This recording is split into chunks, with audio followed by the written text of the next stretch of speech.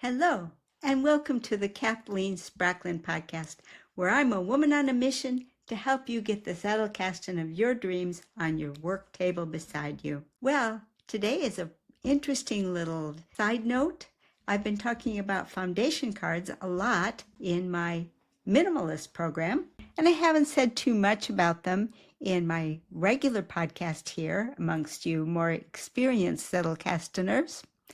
Well, today I'm going to show an example of using a foundation card to replace a card that was just used as a category card and how much more life will come into the conversation when you do that. So I've got the issue set up over on the desk, ready for the down-facing camera, and it came up because of the answer to the question of, did I have any suggestions for creating a good tagline?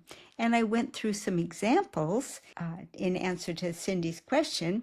And then, of course, the next thing I had to do was to file the cards. So that meant I had to pull them in, look into my index, figure out where it would go. And when I just figured out where it went, I ran right into one of the situations where I'm in an older section of my Zettelkasten, and I've got one of those dead title cards, and I've even got a couple of cards that look like they might never have been indexed, because back in the day, I would just trust that the title card would get me there and that I didn't feel that I needed to index each card.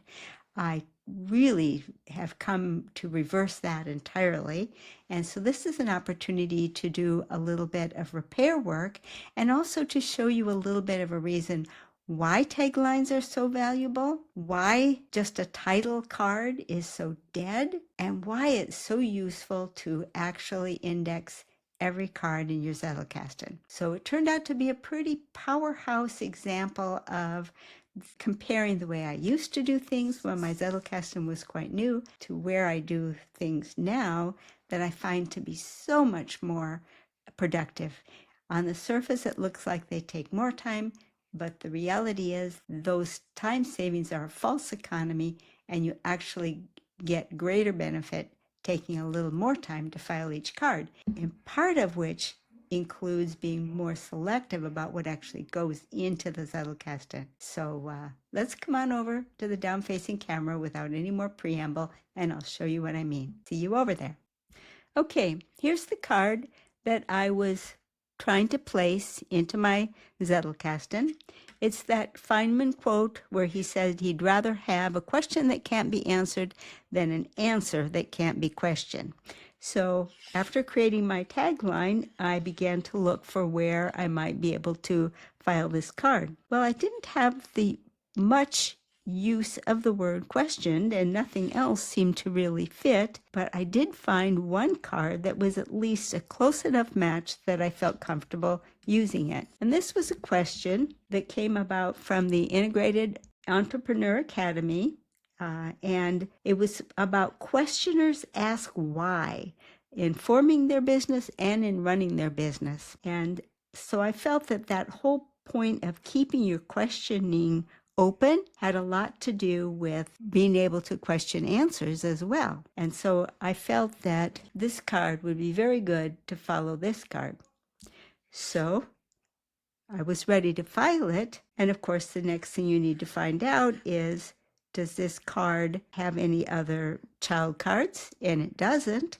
But look what I found when I was looking at its parent. Its parent card is just this title card. It's titled Intellectual Sloth. Now, beyond that, I have an interesting quote from Chesterton. It looks like it might have been indexed. I see some underlined words, so I suspect that this has been indexed, even though it doesn't have a tagline written across the top. And here's another card that was a reflection on Shaw, and it doesn't have a tagline at all. So this card could never have been indexed. It might just be that this card might be the better parent to my new card. I won't really know until I create a tagline for this one. I need to check on this guy's indexing and probably provide a tagline. And this guy needs to be converted into a foundation card. So the lesson part for today is, how am I going to turn this card into a foundation card? The rest of the things are tasks that you already know how to perform, but they are tasks that I need to perform to finish filing this card. So at first, the only thing I know about my new card is that it's going to replace this card, and so it has to have the same number. But what am I going to say on this card?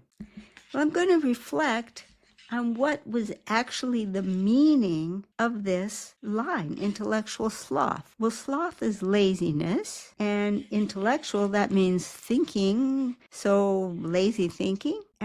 And just what? Lazy thinking is so dead. It's really lifeless. It doesn't make a statement.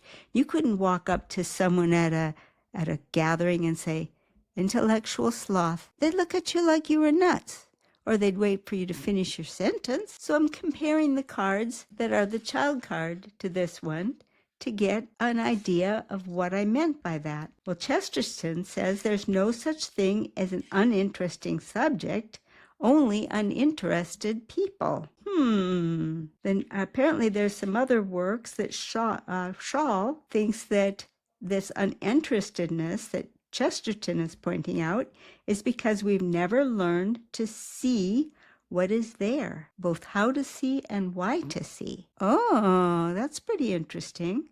That's about questioning, isn't it? And this card, too, again, was about questions. Questioners ask why in forming their business and in running their business. So perhaps instead of the negative intellectual sloth, I might want to take these two and create a card that is foundational, that talks about what needs to be done in a positive sense. So this is what I came up with instead. To keep the mind active, we must be ready to see, to know how and why to see, and to be prepared to ask questions. I indicated that it's a personal reflection and supplied the date.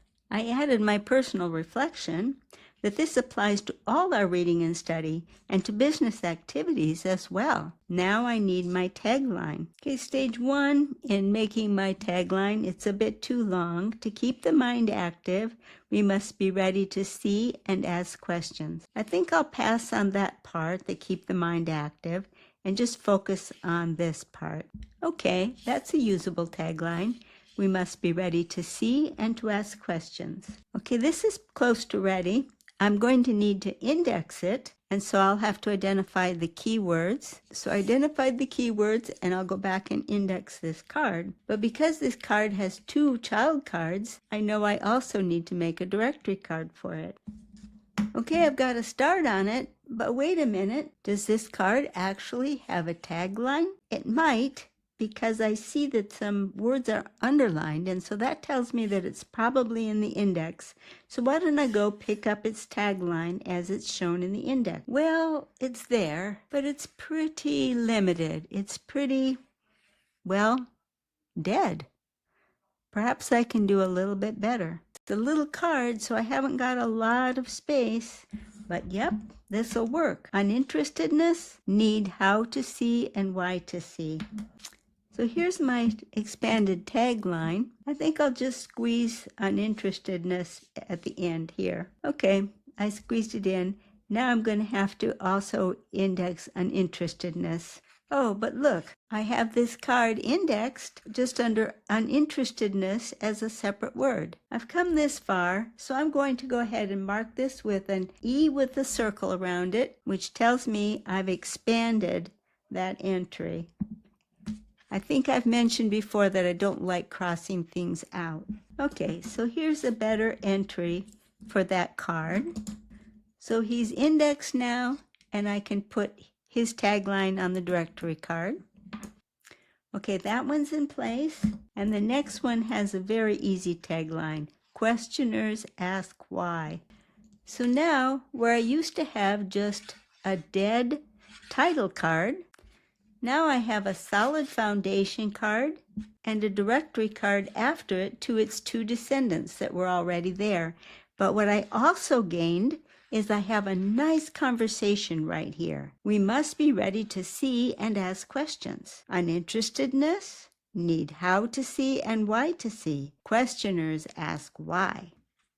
So now this new Feynman card, which card does it want for its parent? Does it still want questioners ask why? Or would it prefer to have we must be ready to see and ask questions? Ah, okay, now this card would really rather have this card as its parent. See, we even made a better selection of a parent by creating this card. So this card now becomes 1MB4-3.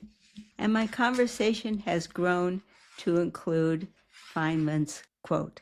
I still have to go back and index this card now that I have what its card number is. So I hope you enjoyed this little exploration of what you can run into in a mature Zettelkasten when you go to actually file a card. In my case, I often find cards that were done using a style that I no longer use.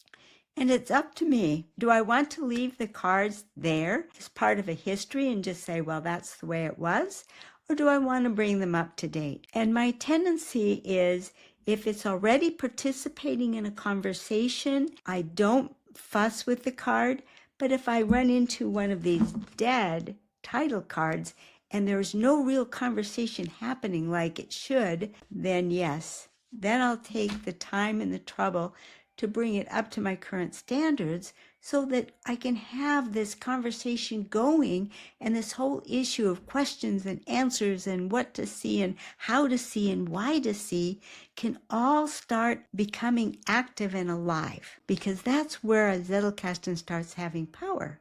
Because now I need to ask myself, well, wait a minute, I've got to dive a little bit more deeply, because, if uninterestedness is going to come about because I might not know why to see and how to see, I guess I better learn a little bit more about that seeing stuff. I wonder if I have some more cards in my Zettelkasten.